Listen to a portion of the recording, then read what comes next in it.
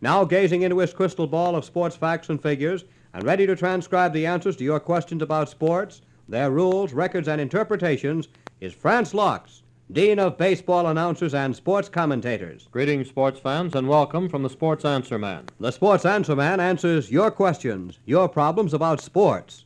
It may be just checking up on an old or odd record to settle a quarrel. It may involve the proper interpretation of a basketball rule, the specific chukker of a polo game, records for distance races, or who won a Rose Bowl contest.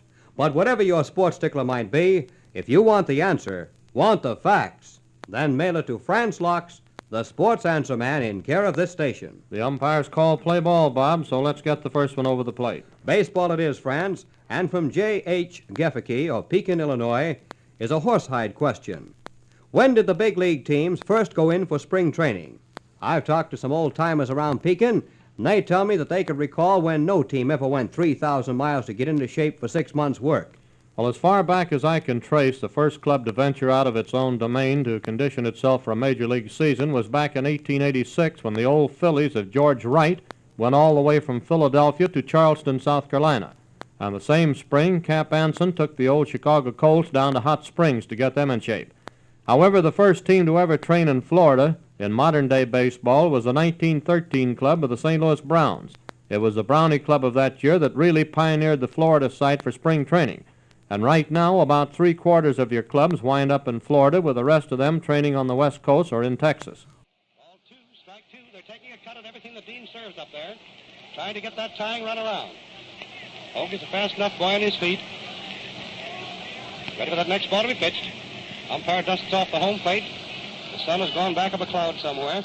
We can't see the cloud, but it's somewhere off to the west. Then the saddest game I believe I ever lost, and the toughest game I ever lost, I hurt my arm between 34 and 38, and I was sold to the Chicago Cubs for $185,000 and 4 ball players, and with my sore arm. And we won the pennant that year, and I was pitching the second game against the New York Yankees. Cub fans are yelling for Dizzy to hold him. Runner on first, ready to go with the pitch. Dizzy stretches. Steps off the mound as he finds out that the hitter has stepped out of the batsman's box. Ball 3, strike 2 down, and the runner on first can go with the pitch. Dean is pitching to Selkirk. Dean stretches. And in the 8th inning, I had him beat 3-2. There goes the ball out to left. And Saucetti came up the plate and hit a 3-2 pitch into the left field seats for a home run and beat me 4-3. Well, I didn't have a thing on the ball. It was a lot of difference throwing that nothing ball up there in 38 and it was that far ball in 34. Ball 3, strike 2, 2 men down, and Hogue on first base. Dean ready to pitch this ball down to Crossetti. Dean swings out of the mound, toes the rubber. Runner on first can go with the pitch on a 3-2 with 2 down. There he goes. Here's the pitch. There goes the ball for a high, long drive. Out in the left field stands for a home run. Crossetti hits a home run out into the left field stands, and the score has now changed complexion. It's the Yankees 4 and the Cubs 3. 2 runs coming in, and that's only hit number 5 off the pitching of Dean. A well-hit ball. He's been aiming for that all afternoon. The Yankees are all jumping up and down over there on the bench, and they're patting Crossetti on the head and hitting him on the back. Crossetti finally got the first home run of the World Series. There goes the ball for a high foul toward first. No sense going for that. It's way back in there. I was taken out of the ball game, and Gabby Hart was our manager that year. I went over to the dugout, and I really felt sad. And the fans in the Chicago ballpark, something like 45,000 people, stood up and cheered as I left the mound. And when I started going to the dugout, we could hear the pin drop. I finally went on into the clubhouse, and the fellow I saw up there first was a grand old man of baseball, Connie Mack. He put his arms around my shoulder, and I sort of felt a little better. He says, "Son," he says, "you pitched a great ball game out there with what you had on the ball." He says, "There's one game I'd like to see you won, although it was against our American League club."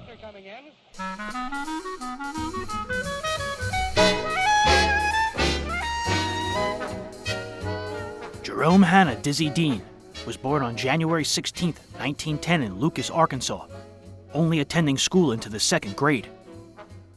He made his professional debut in 1930 for the St. Louis Cardinals, sticking with the big club in 1932. The team was soon nicknamed the Gashouse Gang for their on- and off-field exploits. 2 years later, Dean was the 1934 World Series team's ace. His brother Paul was also on the pitching staff. For the next 3 years, Dean won 78 and lost just 32.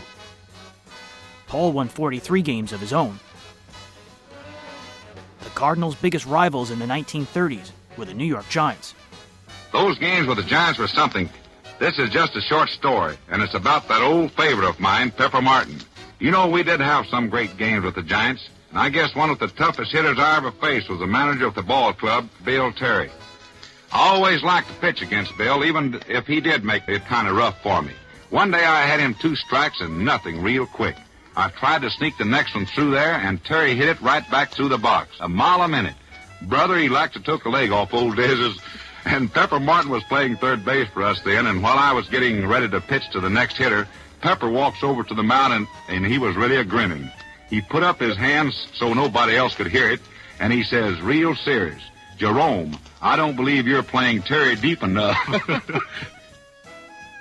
Even with Dean's brilliance, his Cardinals won only 1 World Series before arm troubles derailed his career. He then went into broadcasting, calling baseball for radio and then TV, from 1941 through 1965. He had his own radio show for NBC in the summer of 1948. During that summer's All-Star break, the Brooklyn Dodgers fired their longtime manager, Leo DeRocher.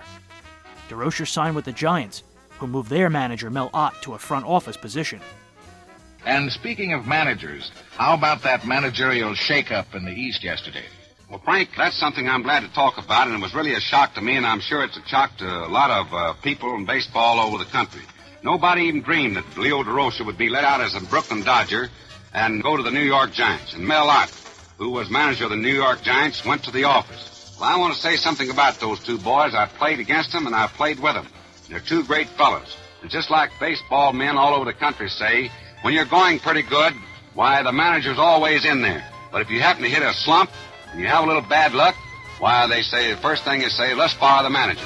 So that's exactly why they made that change, and we can see which is going to do the best, because Bert Schotten managed the ball club in Brooklyn last year. He's back there now as manager.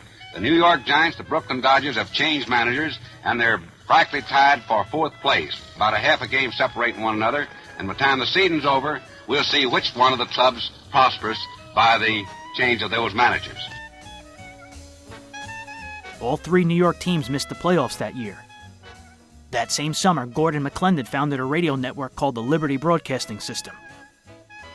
In 1948, McClendon's Liberty Broadcasting Network, based in Texas, began recreating games on a national scale. Through an ingenious mixture of news wire reports and sound effects, McClendon's recreations were heard by listeners all over the country who found them more interesting and exciting than the actual games. McClendon built the network up to nearly 500 affiliates, second in size only to Mutual Broadcasting. His success led to restrictions on Major League Baseball broadcasts in minor league franchise areas and blackouts within a 75-mile range of major league cities. It was a disaster for the network, which folded on May 16, 1952.